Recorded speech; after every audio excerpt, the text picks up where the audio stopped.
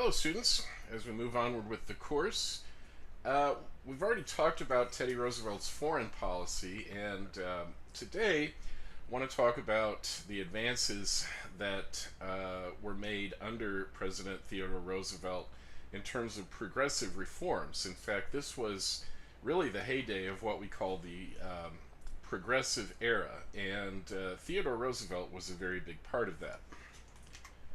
One progressive issue that Roosevelt really took the lead on was conservation, or what we would now call environmentalism.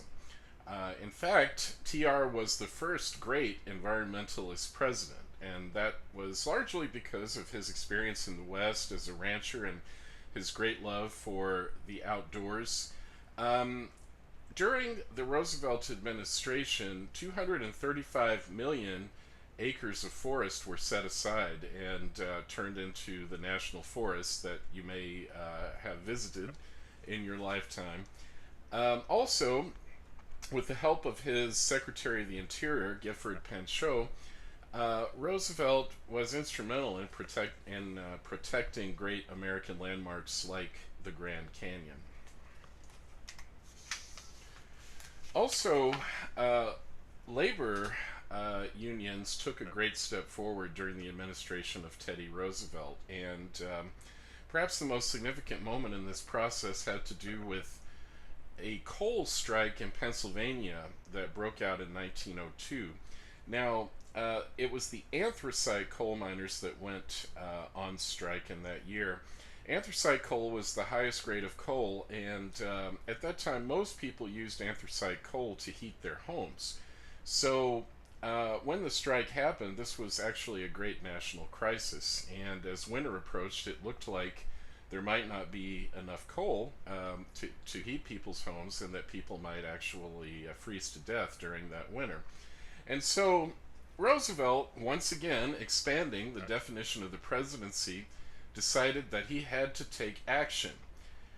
He summoned the Wall Street banker J.P. Morgan to the White House, and he got Morgan to help him create a commission in order to mediate the strike. And the mine owners really did not want to go along with this plan at all, but TR let it be known that if they did not accept the verdict of the commission, he would send in the army, he would take over the coal mines, and he would run them on behalf of the United States government and in the national interest. So this was really an extraordinary step. In the 19th century, as we saw, usually when presidents intervened in strikes, it was to send in the army to break up the strike. But now TR is promising to send in the army to nationalize the coal industry. Well, that left the mine owners with no choice but to go along with the commission. And in general, the commission's recommendations were a victory for the miners. Although their union, the United Mine Workers, did not get official recognition as the union of the coal mines, nevertheless, the pay of the miners did go up and their working hours were reduced. However, Teddy Roosevelt did not go all the way towards accepting the demands of labor unions. Particularly, he didn't like the idea of what were called closed shops. Many unions wanted to create closed shops so that only members of the union could work in a particular factory or mine or oil well or other type of business. Okay, but TR believed that he believed in the principle of free labor, that if someone wanted to make a contract to hire out their labor to an employer, they should be able to do that without necessarily having to join a labor union. Also, during the TR administration, federal courts did from time to time issue injunctions to stop strikes. However, in every other respect, Teddy Roosevelt was the best friend that labor unions had had up to that point in the White House. Also, in terms of labor relations, we see during this period some capitalists trying a new strategy in a way to steal the thunder away from labor unions. And we call this welfare capitalism. What these factory owners would do is create little villages where workers were invited to live. And in this little company town, there would be schools, there would be health clubs, there would be medical clinics, libraries, um, and workers had access to those things. And also, sometimes during this period, companies would give workers health benefits. And so now this was not embraced by some workers because they didn't like the idea of living in the company town. After all, that meant that the boss was essentially keeping you under surveillance and breathing down your neck 24/7, and you didn't have much privacy. But it does show that during the Progressive Era, there begins to be a broad consensus, that laborers do have a right to a decent standard of living, and capitalists should respect that. I want to mention perhaps the most famous labor union of the early 20th century, the Industrial Workers of the World, better known as the IWW or the Wobblies. Um, this group was founded in 1905. It was an incredibly radical group. Their goal was nothing else than to revolutionize all of society, essentially to make American society a worker's paradise. And they spread quickly because they recruited anybody and everybody who was a wage earner, no matter what industry they were in. That's why they were called the One Big Union. But capitalists and many Americans thought the Wobblies were a very dangerous influence on society, almost terroristic, because the Wobblies employed what was called direct action techniques. Basically, that meant sabotage, so perhaps setting fire to a plant or destroying machinery as part of a strike. But partly thanks to their catchy songs and their wonderful slogans, the IWW attracted a lot of adherents during the Teddy Roosevelt administration. Another feature of the Progressive Era was the type of journalism that came to be known as muckraking.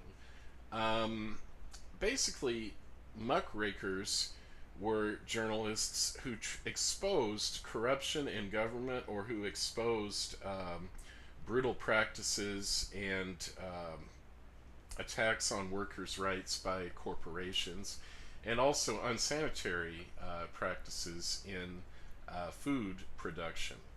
The term muckraking was actually created by Teddy Roosevelt himself. In April 1906, he told a group of reporters that this type of journalists were like people who only dug up dirt, that is, like scooping manure in a stable.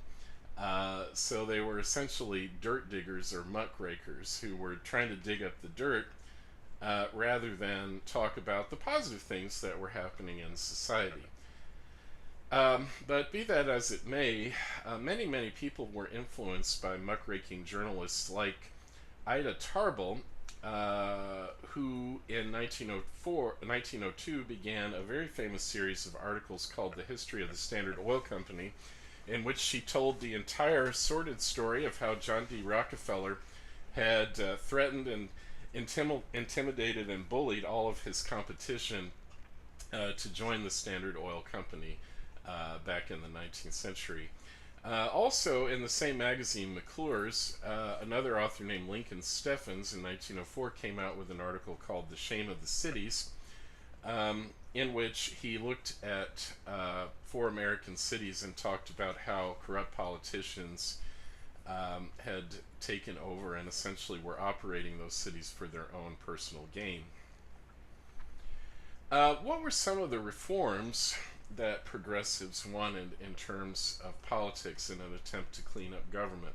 Well, there were 3 major techniques that they called for. One was called the initiative Basically, an initiative was an effort by voters to get a question on the ballot that they wanted voters to decide for themselves, not have corrupt state legislatures or city councils decide on it for them. And when citizens used the initiative to get a question on the ballot, uh, essentially they had created what was called a referendum. And we still have these today. If you go and vote in November, as I hope you will, there will probably be several questions on the ballot which the voters are asked to decide. So this was a progressive reform of the period. Finally, um, the recall was a way for voters to kick out politicians um, when they felt those politicians were behaving in a corrupt fashion. And so this is also still very much in use in our society. The most recent famous example of a recall election came about 20 years ago when the governor of California, Gray Davis, was voted out of office during the middle of his term by California voters and replaced with Arnold Schwarzenegger.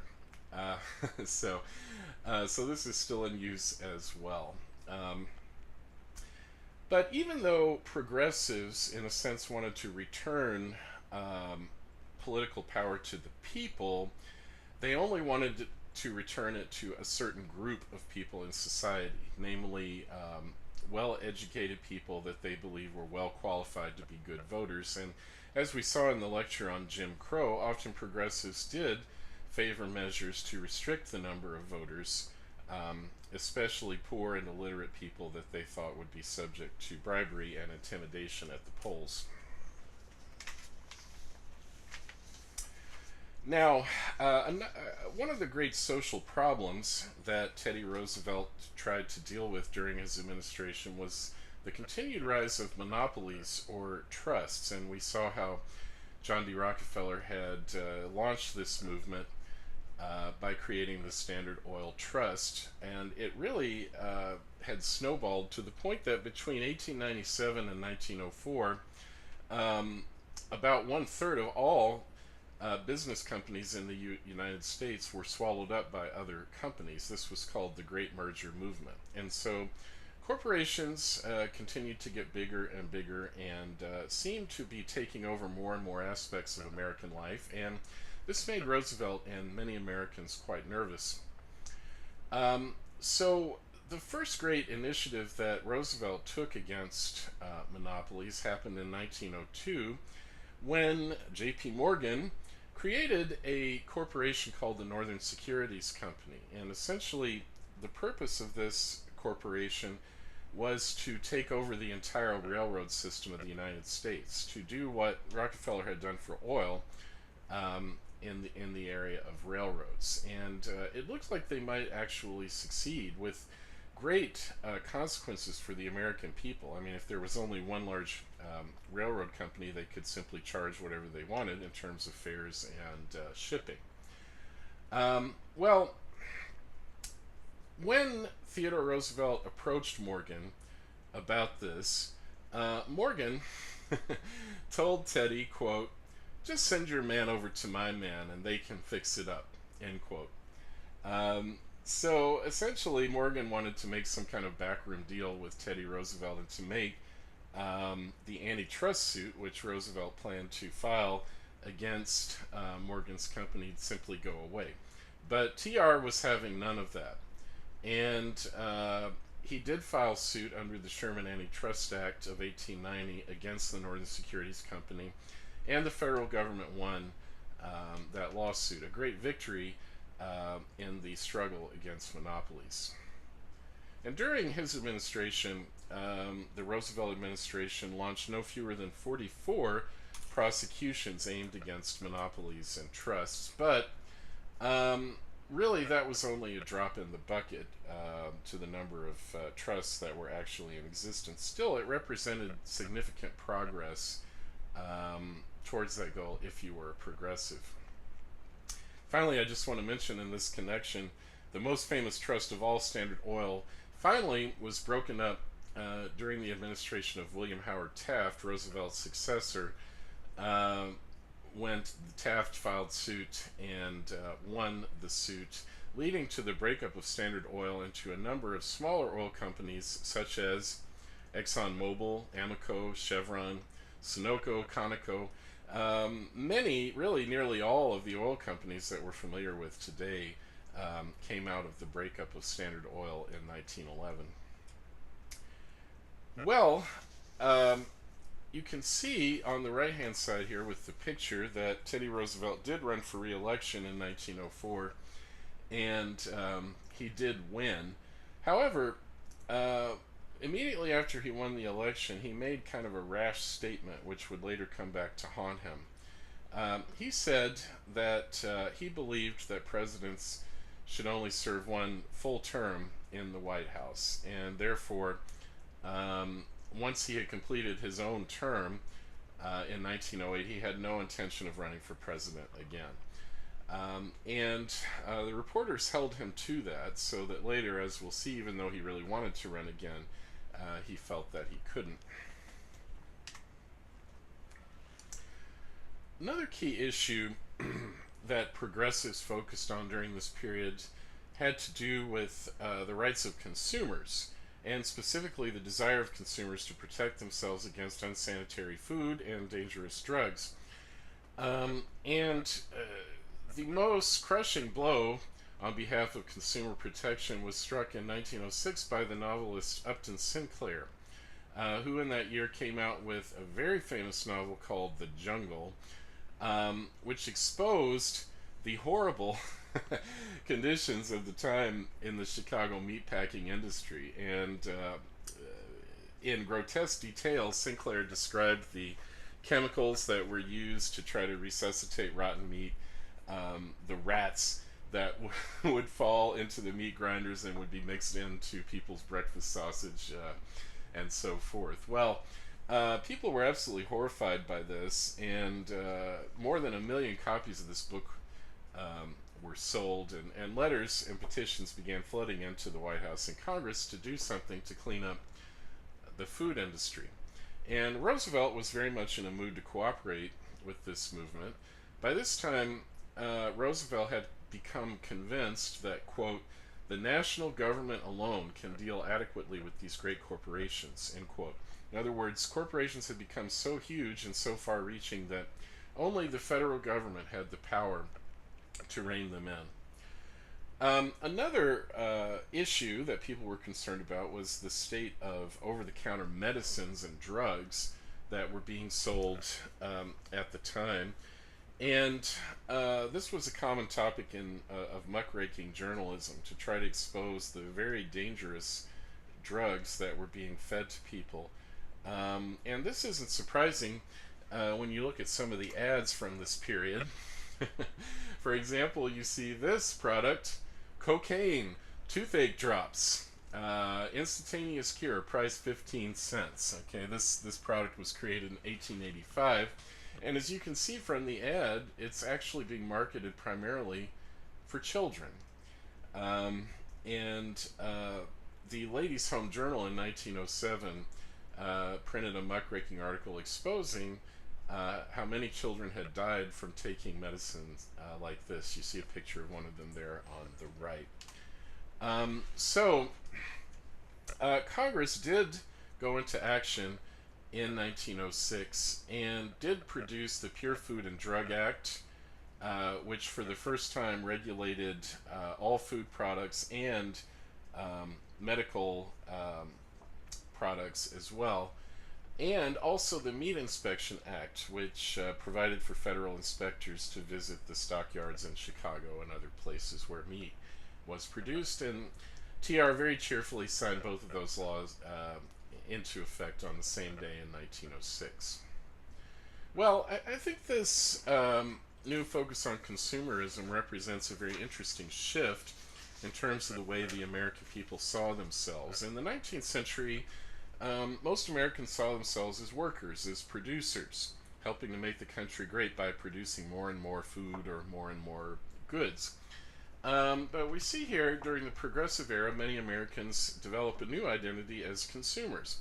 And they become more educated about the products they're buying, and they demand protection for themselves as consumers. Now, this was really an old tradition in American history. If you think back to, say, the American Revolution, the Boston Tea Party, the boycott of British products carried out by the Patriots during that war. It was an old tradition, but it really took on new life during the Progressive Era. Another cause that advanced considerably during the Teddy Roosevelt administration was women's rights. Now, of course, traditionally, or at least during the 19th century, I should say, women were seen as the guardians of the home, and it was believed that their place was in the home. They had an important role to play in terms of governing their households and raising and educating their children. And as part of this, it was widely believed that women were actually superior to men in terms of morality and ethics. Then, in a way, they were too pure and too delicate to go outside the home because they were on a higher moral level than men. Um, However, in the 19th century and in the early 20th century, many women took that argument and gave it a brand new twist. They would argue that if they were really, in fact, such moral beings, and if they really had a responsibility to make life better for their own families, didn't they also have a responsibility to go outside the home and to take on issues, public issues, that threatened the family? And so, using this justification, many women do get involved in certain political movements in the late 19th, early 20th century, the most important of which was the temperance movement. What was that? Well, it had to do with decreasing or prohibiting entirely the drinking and manufacturing of alcohol in the United States. One of the pioneers of the temperance movement was a woman named Carrie Nation, who originally spelled her name Carrie, Carrie Nation, who lived in Kansas. Now, Carrie Nation was very angry in 1900 because the Kansas legislature had passed a law closing all saloons, that is, bars or taverns, but the law was not being enforced at all.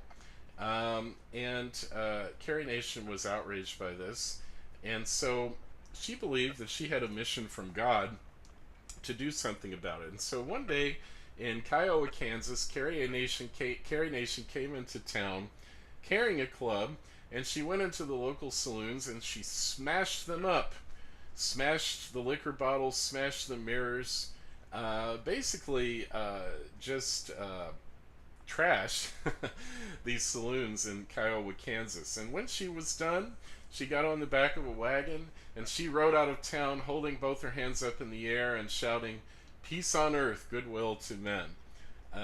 She was quite a character, and she attracted a lot of followers, and so women began following her around all over the state, smashing up saloons, and they weren't arrested because, first of all, they were women, and the double standard sometimes worked in favor of women, and second, people were ashamed that the law was not being enforced, and after all, these women were only enforcing a law that the government was not enforcing. So she managed to get off scot-free. She actually changed her name to Carry a Nation, Carry a Nation, to show that she believed she had this mission to try to carry the nation forward. Um, so this is an example of a real women's issue, this issue of temperance, something that really threatened families because, after all, men were often drinking up their paychecks and then coming home and abusing their wives and children. And this became a major argument in favor of giving the vote to women. It was argued that the only way to really protect families was to give the guardians of families, namely women, the power to vote and to promote morality in society.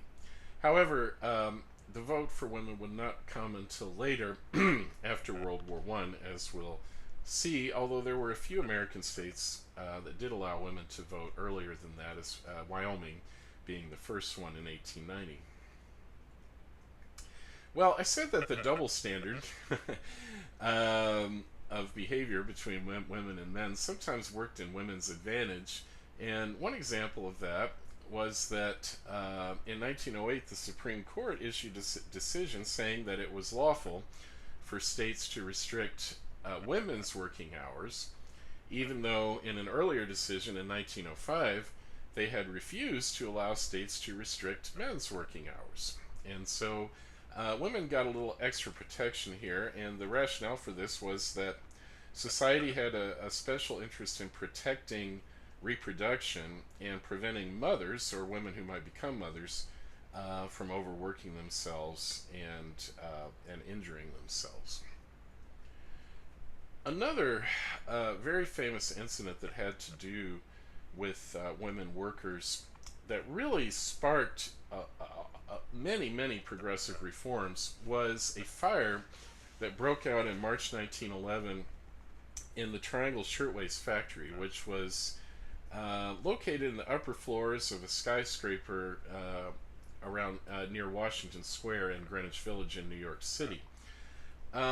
Basically, the fire spread rapidly throughout the entire area, where mostly young immigrant women were working, sewing shirtwaists, which was a kind of blouse that women wore at the time. And the escape routes were blocked because the factory owners had locked them to prevent women from taking unauthorized breaks while they were on the job. And so as a result, women were jumping out of windows to try to avoid the fire, and thousands of people were gathered around.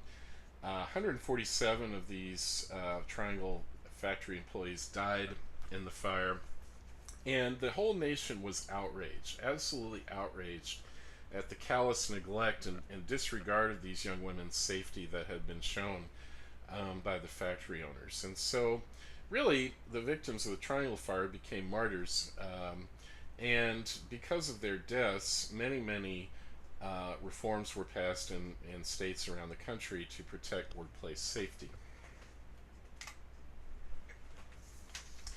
Well, during his second term, Teddy Roosevelt really took a turn to the left wing of politics, and took progressivism in a more radical direction. In 1906, he called for a constitutional amendment that would allow for an income tax, a graduated income tax that would affect rich people more heavily than it did poor people, and also inheritance taxes on the wealthy. The following year, there was a major panic on Wall Street, which looked like it was going to lead into another terrible economic depression.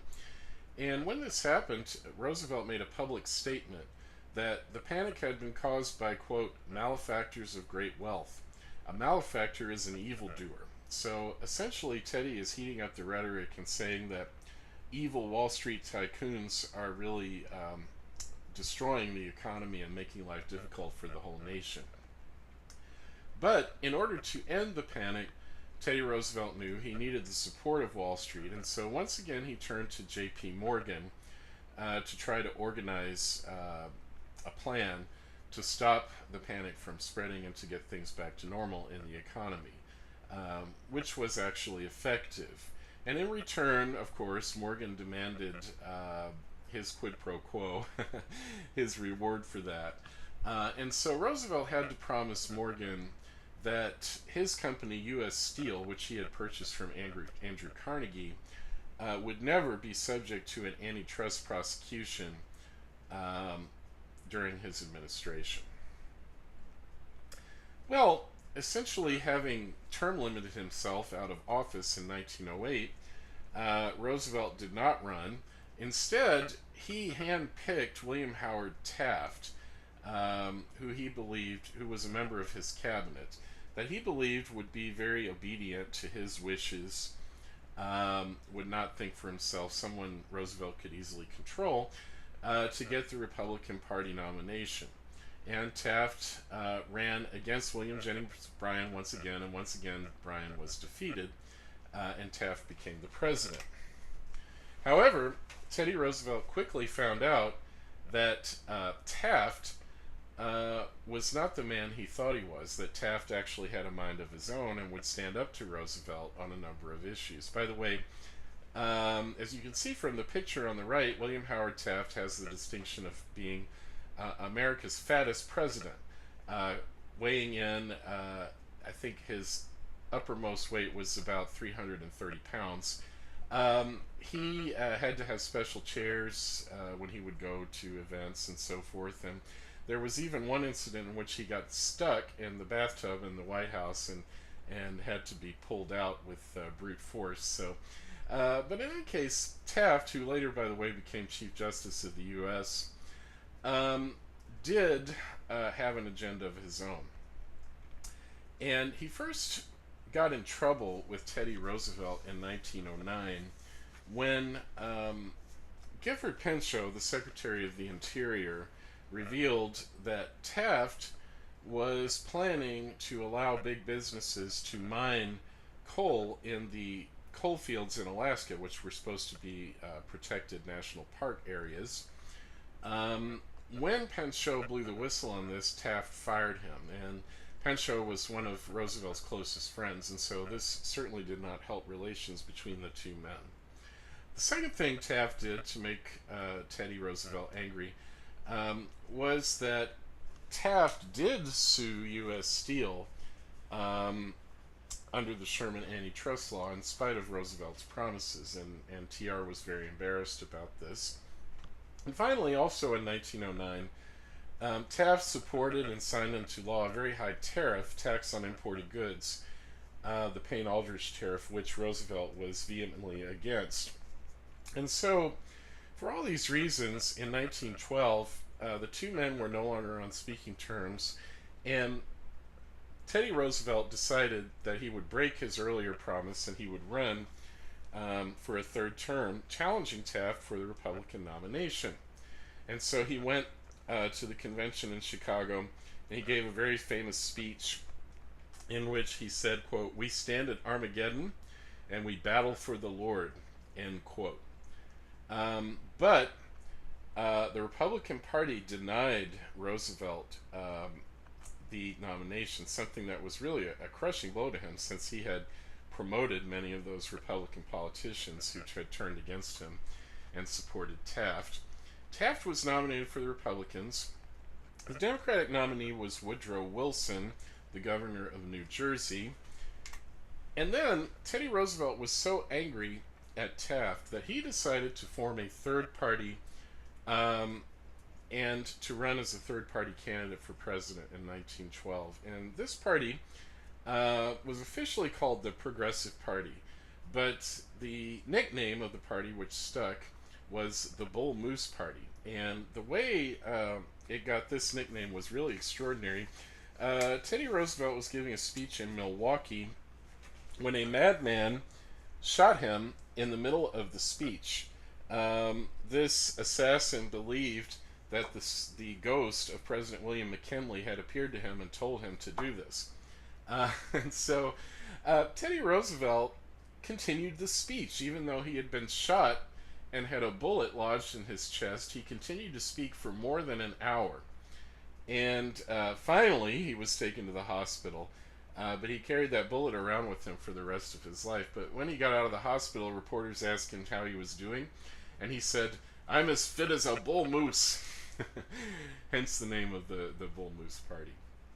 Well, the Bull Moose Party ran on the platform that Roosevelt called the New Nationalism, and this was really progressivism taken to a new level. Um, the platform endorsed all the usual Democratic reforms like the initiative, referendum, recall. Also called for women to get the vote, pretty radical at the time. Furthermore, the Bull Moose Party platform called for the total prohibition of child labor, and also that courts no longer be allowed to issue injunctions against strikes by laborers. Also, the Progressive Party demanded workers' comp for the first time, unemployment insurance, national health insurance, and old age pensions, what we now call Social Security. So really, the Progressive Party was calling for all of the reforms that have taken more than a century to implement in our country. But here you see the results of the election. It was a four-way election. Eugene Debs, whom we met briefly before, ran as a socialist and managed to get 6% of the vote. Very healthy total for a socialist. By the way, Bernie Sanders, one of the Democratic candidates this year, idolizes Eugene Debs, made a documentary about him, and considers Debs his hero. In next to last place was the incumbent president, William Howard Taft, with only 23% of the vote. Roosevelt and the Bull Moose Party got 27%, and that meant that Democrat Woodrow Wilson eked out a victory with only 42% of the vote. But he won in the Electoral College, and that was good enough to make him president in 1913. So you see what happened here. In his spite against Taft, Roosevelt only succeeded in dividing the Republican vote and handing the White House to Woodrow Wilson. And in the next lecture, we'll see what Woodrow Wilson did with that gift.